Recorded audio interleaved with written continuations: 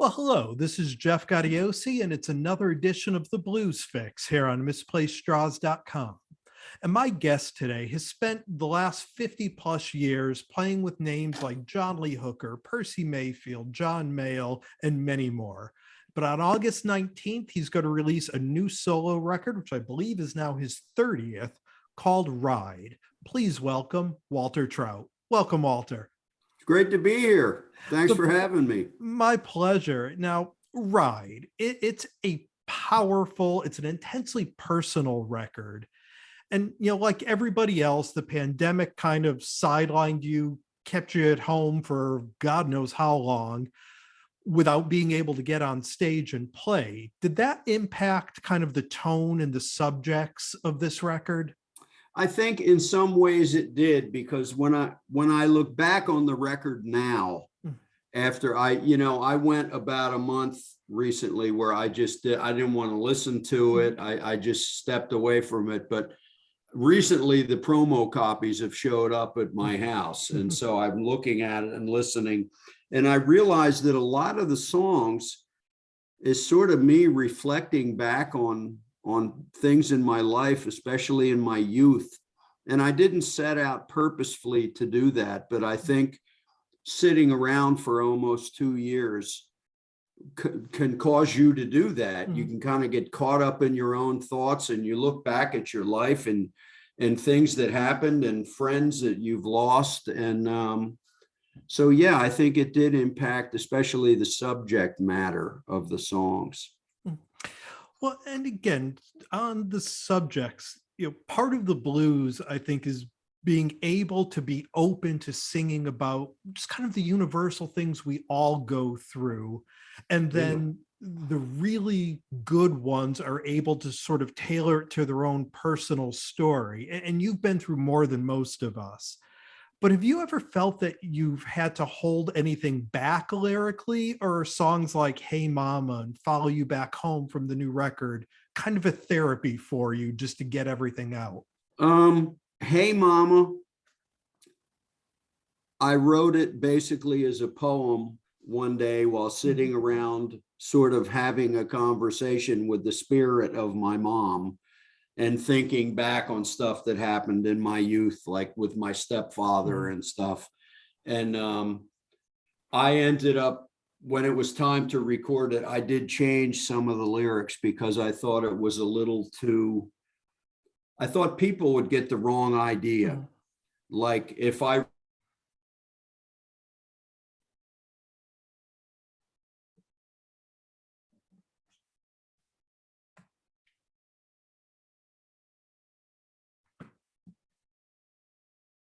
but some of the lyrics, not much. Follow You Back Home, that was a tough one, because that was, my wife and I love each other dearly, and we've been together for 32 years. But a few years ago, we had time where let's figure out what we're doing with each other. And I'll go live in a hotel down the street for a while, and we'll do some, what do we want?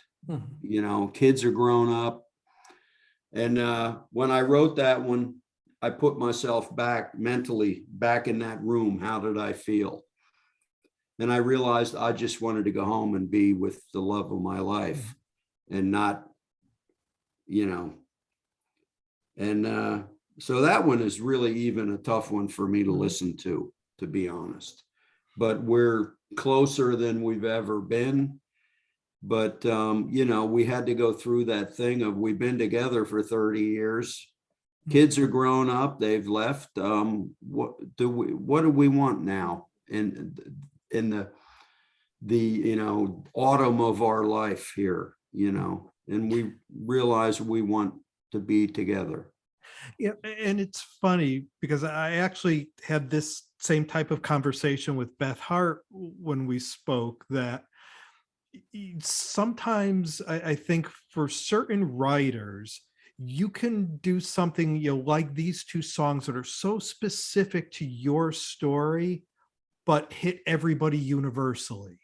And Mhm. I think, then you have people that try to write something universal and just completely misses the mark and nobody could relate to it.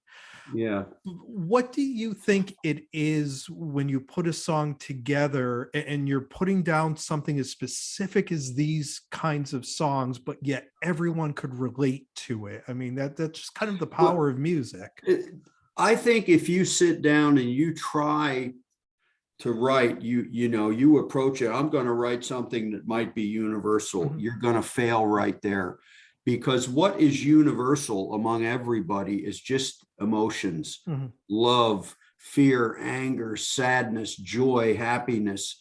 If you write about your own experiences and your own feelings, people will be able to relate to that, because in all of that there is a universal truth, mhm. you know. um, so I never set out to write anything that really I hope people can relate to Mhm, this. I figure if I'm honest mhm. and I'm writing from the depth of my heart and my soul and being as honest as I can be, they should be able to pick up on that, Well, and I think hopefully. that's the key is you got to be honest. You can't fake it. If you're willing to Yeah. be open and bare yourself, then we're all going to relate to it. Yeah. Yeah, that's exactly it, man. And for, this is my 30th album, Mhm. so I've probably written and recorded almost 300 songs, and I can tell you every one of them has a story behind them, Mhm. you know? Mhm. And now on this record ride, naturally yourself on guitar and vocals. Who else joined you in your band? Well, I have longtime drummer Michael Lazier, who's been with me for 14 Mhm. years, maybe 15 years. He's probably on my last 9 or 10 albums. I have Teddy Zigzag on the keyboards, who's been with me for a while. Teddy is a guy who's played with everybody. Mhm. He's a Guns N' legend. Roses. He Yep. was the touring Mhm. keyboardist with Guns N' Mhm. Roses and Alice Cooper and Slash, Mhm. but he was also the musical director for Carole King. Mhm. So if you figure he can go from Alice Cooper to Carole King, you get the idea he's pretty Yeah. versatile, right? He did all the keyboard parts, Mhm. and he also did the string arrangement on the ballad, and he did the horn arrangement on the song that has the horn line. Yeah. And on bass, my regular bass player, the best bass player I've ever worked with, Johnny Griparik, he was in Sweden visiting his mother. He's from Sweden. Mhm. He's lived in LA for, I don't know, 28, 30 years, but he was in Sweden visiting his mother when the pandemic happened and he could not get back into Mhm. America. So I have a different bass player playing with me who's awesome on this record, and his name is Jamie Hunting. And he was with Roger Daltrey, he Mhm. was with Eddie Money, he was with David Lee Roth. He's played with another guy who's played with everybody, Mhm. and he came in, and I think the bass playing on this record, he did a Yeah. remarkable job. Yeah. It's definitely a strong band throughout. And yeah, I mentioned earlier in the introduction some of the people you've played with in your career. And you were a kid when you went out to LA and played with John Lee Hooker and some of those guys. And it was also a pretty self-destructive time for you as well. Looking back now with hindsight, do you think you were able to appreciate and learn from playing with those guys while you were there? Well, every one of those guys taught me something, Mhm. every single one. And I played with a lot of them. I was a side man, just going from one band or one Mhm. person to the next. I was never out of work. And every one of them taught me music. They taught me some of the things I learned that were not music. I might have been better if I hadn't learned. But for instance, I played with 2 years with a guy named Jesse Ed Davis. Now, Mhm. if you're a guitar player, you might Amazing. know who Yeah. he was. Well, I was in his band from 75 through Mhm. 77.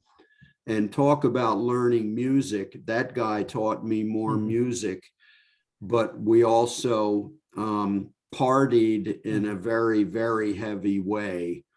You know, I moved out from a little town in New Jersey, and then I got into his band, and suddenly was playing with all these big rock stars, and I tried to live the life, you know, ended up needing a second liver.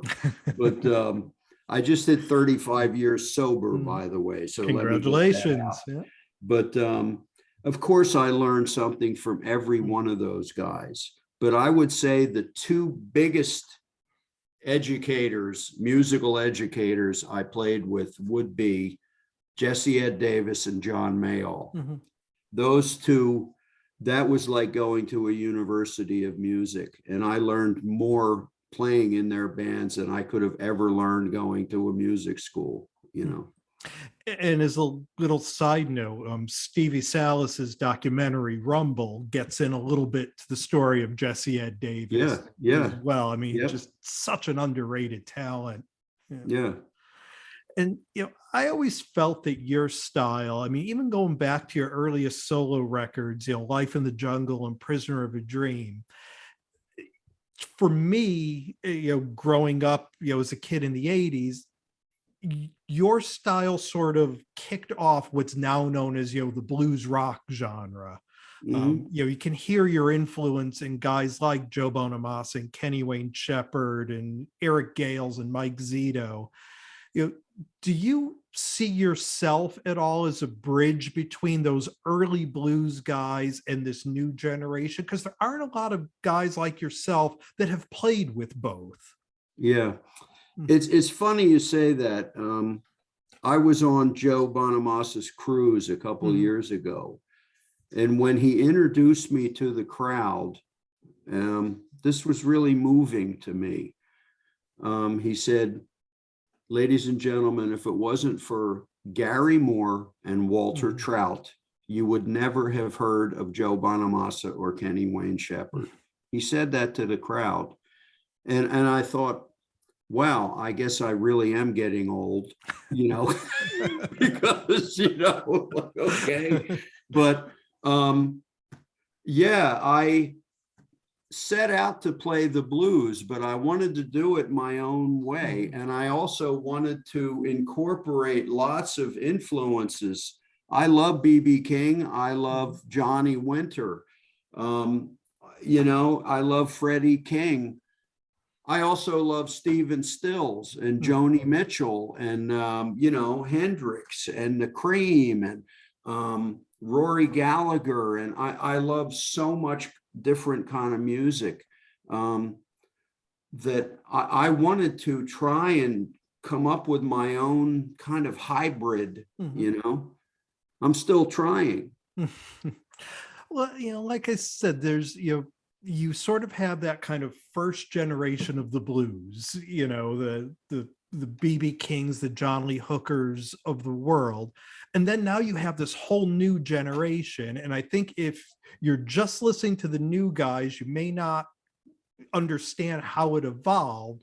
Yeah. But there's that middle area of guys like yourself and, you know, even Rory Gallagher and Gary Moore that are that bridge. And I think that's important because there really aren't a whole lot of players that were around long enough to have played with those early guys. You know, Johnny Winter was another one of those. And it's funny, of all the guys you mentioned, I'm the only one left alive. Exactly. You know. But I know what you mean. I cut my teeth playing with John Lee Hooker and Big Mama Thornton and Lowell Folsom and Pee Wee Creighton and Eddie Cleanhead Vincent. And I played with Bobby Hatfield from the Righteous Brothers. I played, God, I can't remember them all. And then, of course, Canned Heat and then John Mayall and Mick Taylor. And, but I always wanted to, like I say, I have to be true to my own instincts. And there was a lot of times that the critics would go, "Oh, this guy, is he rock? Is he blues? We don't know what he is." And I'd say, I don't, you call it whatever you want. I once did an interview where they said, "What do you call your music? Rock, blues?" I said, "Call it Fred." You know, I play Fred. And, the guy, it was a European guy. He didn't get the humor at all, but, when I was 10, I got to hang out with Duke Ellington. Mhm. And Duke Ellington has a quote in his autobiography, because he didn't want to be categorized as a jazz musician. He didn't like categories. And now here's his quote, and I've used this one many times. Here we go. You got to think about it. Categories exist to give the work of the artistic cripple an attractive gloss. I'll let that one go around in your head a while. Yeah, I mean, it's A guy who can only play T-Bone Walker licks, so he gets a pompadour and a sharkskin suit and calls himself the real deal. I just could never do that. I want to go somewhere else with it. And you mentioned Duke Ellington's autobiography. Have you ever thought, even during the pandemic, during the downtime, of writing your story? It's actually out. My biography is out there. It's written by a British journalist named Henry Yates, and it's called Rescued from Reality, and you can get it on Amazon. Perfect. Because music rescued me from the reality of my life when I was a kid. That's what it refers to. Was the reality of my life was pretty horrific in my youth, and the music became sanctuary, and it still is. When I'm playing and I'm really in there, I'm not even on the planet. I'm not even a physical being. I'm just the sound, And with things opening up a bit now, have you been able to get on the road at all? Do you have any touring plans once Ride comes out? I've been out playing quite a bit. I just last weekend I played Boss Pop in Holland with Beth Hart and with Sting and with some other people. I'm going to be let me see, coming up, I've got a couple of festivals in a week and a half. In August, I've got 3 gigs in the States at the end of this month. I'm going to fly over to Duluth, Minneapolis, and the Fargo Blues Fest. The day after the Fargo Blues Fest, I'm going to fly from Fargo to Minneapolis, from Minneapolis to New York, from New York to Copenhagen, where my wife will pick me up, and we will drive 5 hours into Sweden. We will get on a ferry boat and go out to an island, and I will play a gig. Wish me luck. And then September, I'm touring the States. I'll be out there from the 8th through the 25th. I'll be on the East Coast and around the States, and I'll end in St. Louis on the 25th. And then October and November, I have a full-blown 8-week tour of Europe. And so I have a real kind of ball buster coming up, and it's really my fault. After I've been sitting around for 2 years, and my wife, who manages me, would come in and she'd go, "Hey, Walter, I have an offer for a gig at," and I say, "Take it." Yeah. You want to know where it is? I don't care. If somebody wants me to come play in their town, I'll go. Yeah. You don't want to know when it is. It might be a 15-hour drive. I don't care. Now I'm looking at it going, oh boy. It's a 15-hour drive. Yeah, exactly. Yeah. Well, I'm out here on the East Coast in Connecticut, so hopefully we'll be catching you. I'm going to be. I'm going to be there. Come to a gig. Definitely. I forget exactly. I'm starting in Boston.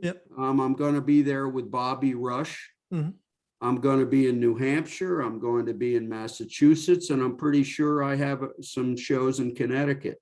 Yep, we'll definitely catch you at one of those. Yeah. Now, we've been spending some time here with the amazing Walter Trout. The new record is called Ride. It's out in August. It's a great record. Walter, thank you so much for taking the time to do this. I really appreciate it, and I look forward to catching you on the road coming up.